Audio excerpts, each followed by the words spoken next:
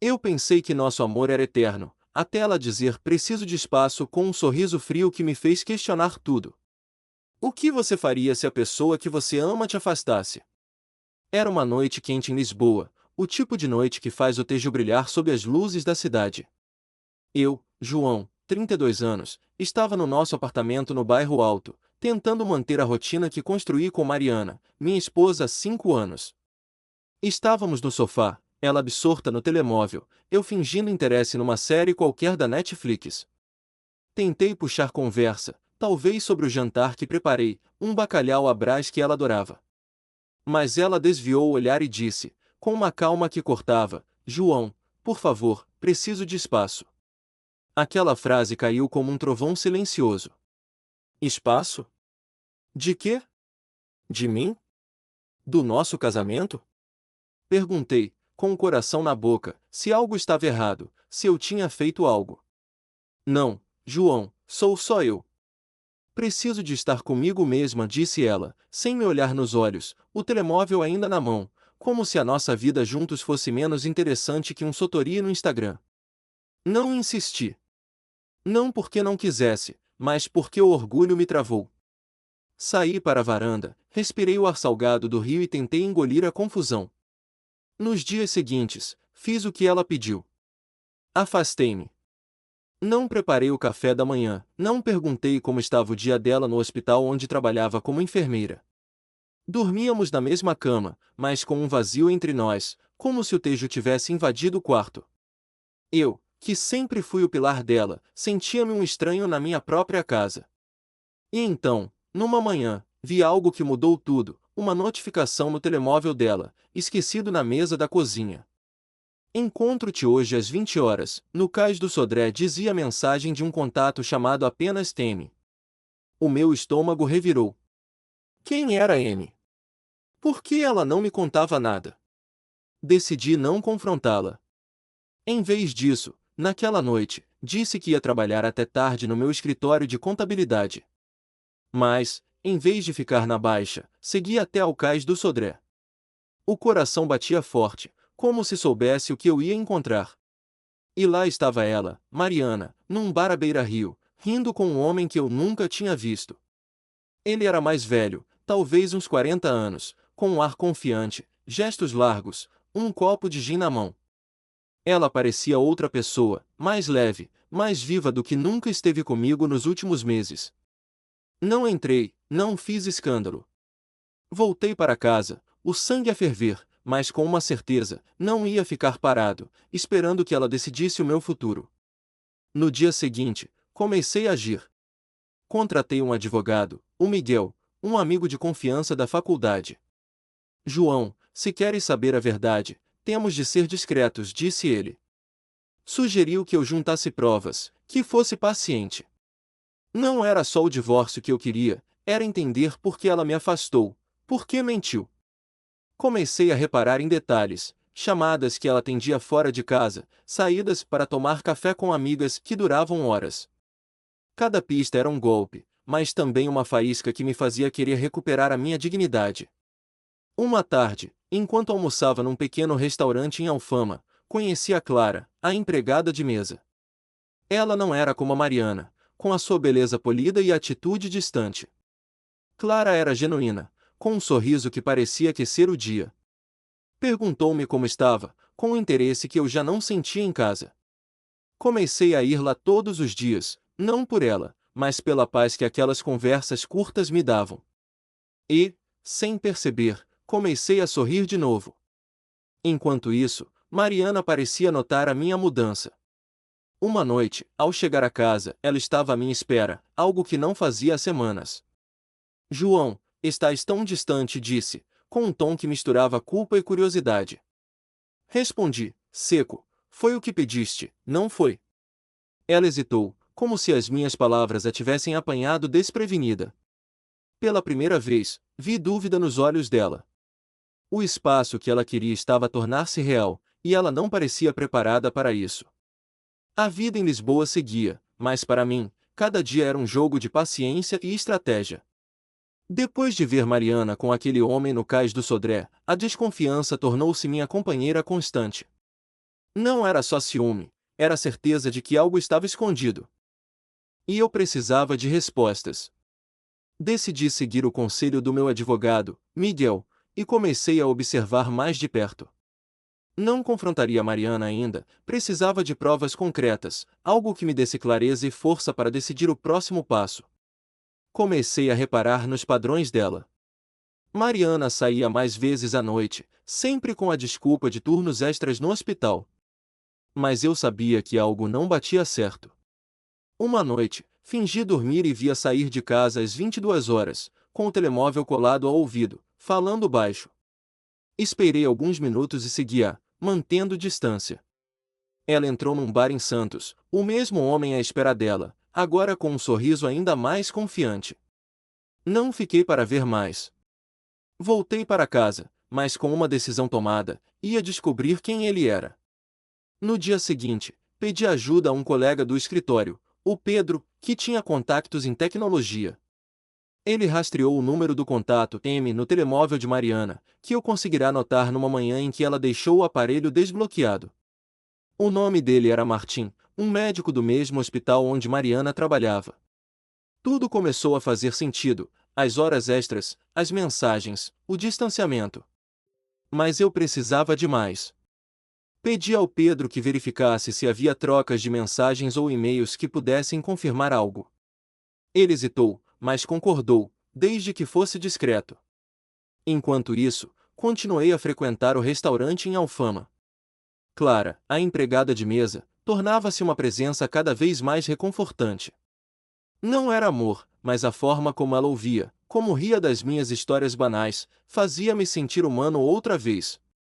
Um dia, contei-lhe, sem entrar em detalhes, que o meu casamento estava em crise. Ela não ofereceu conselhos vazios, apenas disse, às vezes, João, a gente precisa perder algo para encontrar o que realmente importa. Aquelas palavras ficaram comigo. Em casa, a tensão com Mariana crescia. Ela parecia perceber que eu estava diferente, menos disponível. Uma noite, tentou puxar-me para uma conversa, perguntando por que eu estava tão calado. Respondi com frieza, estou a dar-te o espaço que pediste. Ela ficou em silêncio, mas notei um nervosismo novo nos gestos dela, como se temesse que o controlo lhe estivesse a escapar. Pela primeira vez, senti que tinha vantagem. Dias depois, Pedro trouxe notícias. Encontrar e-mails entre Mariana e Martim, trocados numa conta secundária que ela não sabia que eu podia descobrir. Não eram explícitos, mas falavam de encontros, de tempo juntos e de promessas de algo mais. Cada palavra era um murro, mas também uma libertação. Eu não estava louco, havia uma traição a acontecer, e agora eu tinha provas. Mostrei tudo ao Miguel, que sugeriu que eu usasse isso com cuidado. Se queres o divórcio, João, estas provas garantem que não perdes nada. Mas pensa bem no que queres, disse ele. Decidi esperar. Não por medo, mas porque queria que Mariana sentisse o peso das próprias escolhas. Comecei a mudar a minha rotina. Saía mais cedo, passava mais tempo no escritório ou no restaurante com Clara. Mariana notava. Uma tarde, ao chegar a casa, ela estava à minha espera com um jantar preparado, algo que não fazia há meses. Quero que as coisas voltem a ser como antes, disse ela, com um tom quase suplicante. Mas eu sabia que não era amor, era culpa. Respondi que precisava de tempo e saí para dar uma volta pelo Chiado. Nessa noite, enquanto caminhava pelas ruas estreitas, recebi uma mensagem de Clara: passa no restaurante amanhã, fiz um bolo de laranja que tens de provar. Sorri pela primeira vez em dias. Não era só o bolo, era a sensação de que, pela primeira vez em muito tempo, alguém me via como eu era, não como uma peça num jogo de aparências. Mas a paz durou pouco. Ao chegar a casa, encontrei Mariana a mexer no meu telemóvel. Com quem falas tanto, João? Perguntou, com um tom que misturava ciúme e desafio. Não respondi. Apenas peguei o telemóvel e saí para o quarto. A partir daí, o jogo mudou. Mariana começou a tentar reconquistar-me, com gestos pequenos, mas óbvios, um café na mesa, mensagens durante o dia, até um convite para um fim de semana em Cascais. Mas eu sabia que não era por mim, era por medo de perder o controle. E eu, que já tinha sofrido o suficiente, não ia ceder. A verdade estava comigo, e eu ia usá-la no momento certo. Lisboa amanheceu cinzenta, com nuvens pesadas sobre o Tejo, mas a minha cabeça estava clara. Eu, João, sabia que o jogo com Mariana estava a mudar. As provas da traição dela com Martim, o médico, ardiam no meu bolso como uma arma carregada. Mas não era hora de disparar. Queria que ela sentisse o vazio que me impôs, que percebesse que o espaço que pediu tinha consequências. Decidi manter a calma e continuar a reunir forças. Mariana intensificou os esforços para me reconquistar. Chegava a casa com jantares prontos, enviava mensagens a meio do dia com perguntas banais, como já almoçaste? Uma noite, sugeriu um passeio pela marginal do rio, algo que fazíamos quando éramos namorados. Aceitei, mas não por saudade, queria ver até onde ela iria. Caminhamos em silêncio, o som das ondas a preencher o vazio. João, sinto-te tão distante, disse ela, com voz trêmula. Deste-me o espaço que pediste, respondi, seco. Ela não insistiu, mas vi nos olhos dela um medo novo, como se soubesse que algo estava a escapar-lhe. Enquanto isso, as minhas idas ao restaurante em Alfama tornaram-se o meu refúgio. Clara, a empregada de mesa, era uma lufada de ar fresco. Não falávamos de nada sério, apenas de coisas simples, o sabor de um bolo, uma piada sobre o trânsito caótico de Lisboa. Mas essas conversas curtas eram o oposto do gelo que encontrava em casa. Uma tarde, Clara perguntou, quase por acaso, João, o que te faz ficar tão pensativo? Hesitei, mas contei-lhe que o meu casamento estava a desmoronar-se.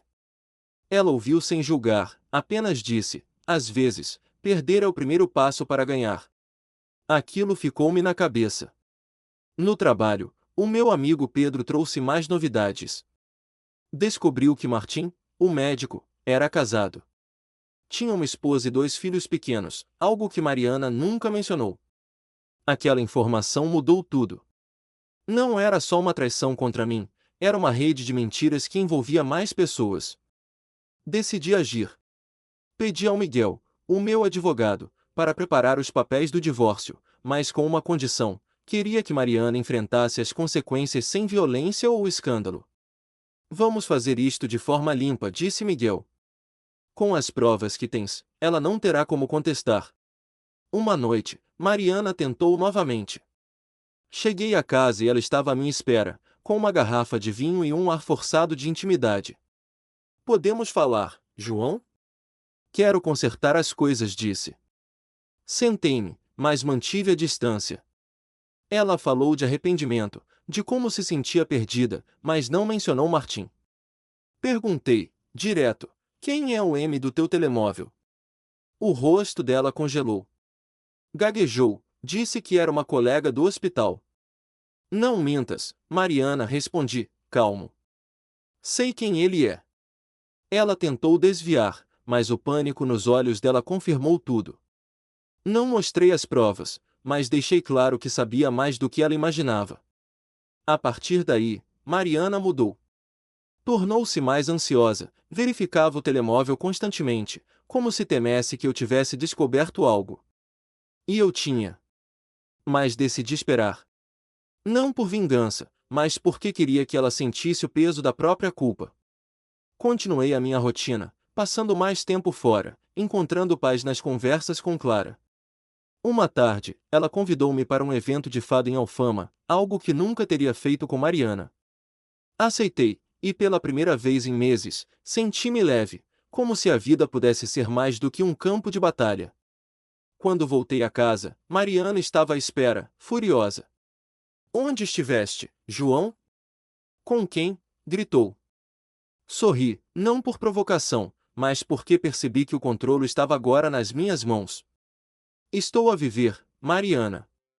Como tu quiseste, respondi. Ela não disse mais nada, mas o silêncio dela era ensurdecedor.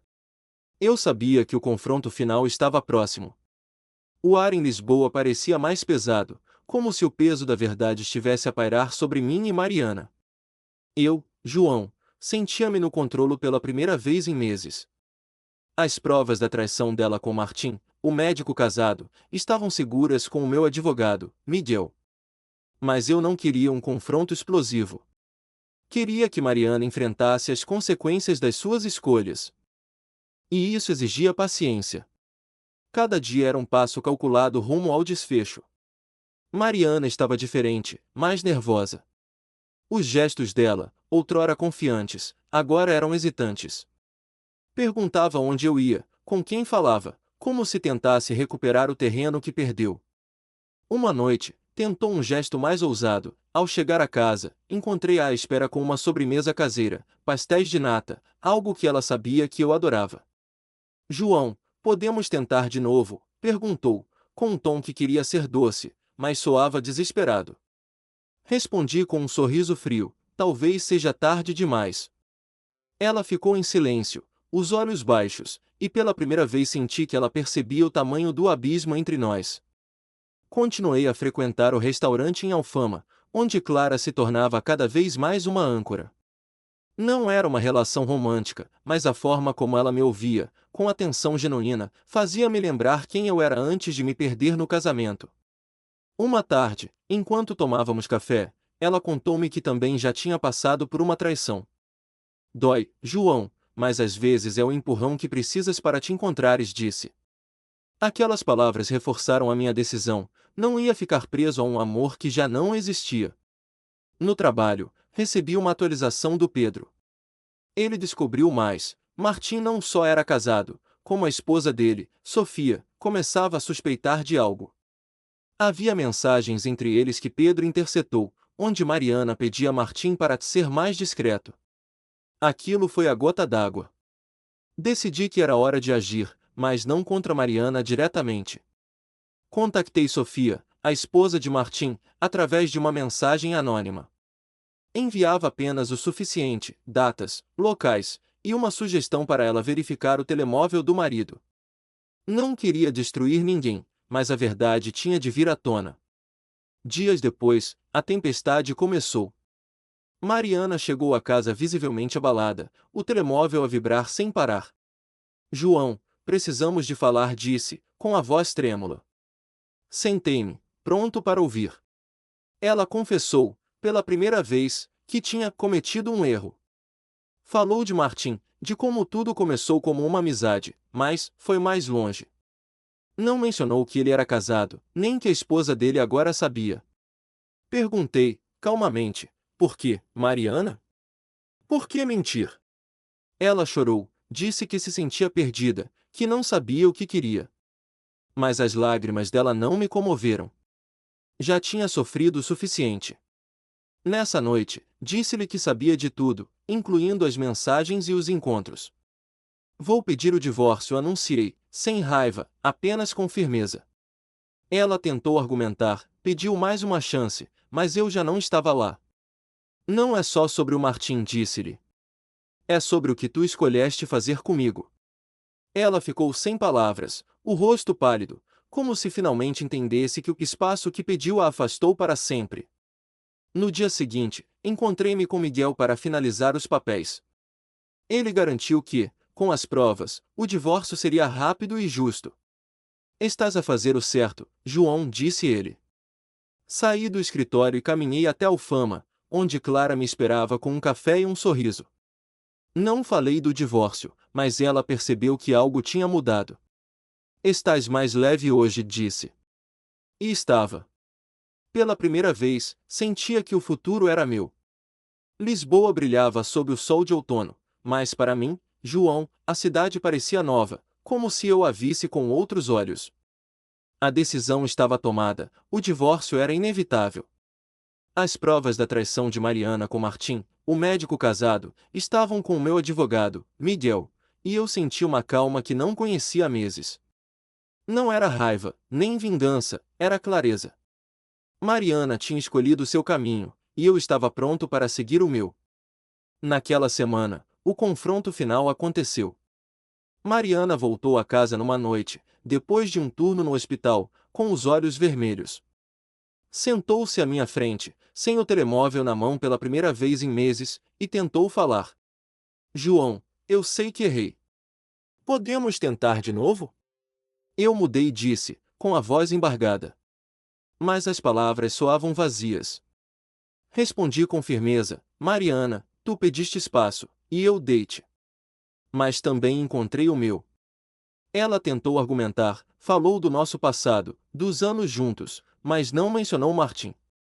Eu sim. Sei de tudo. E a esposa dele também sabe. O rosto dela desmoronou. Não negou, apenas baixou a cabeça. Dias depois, recebi uma ligação de Miguel. O divórcio estava encaminhado. As provas garantiram que eu não perderia nada, e Mariana não contestou.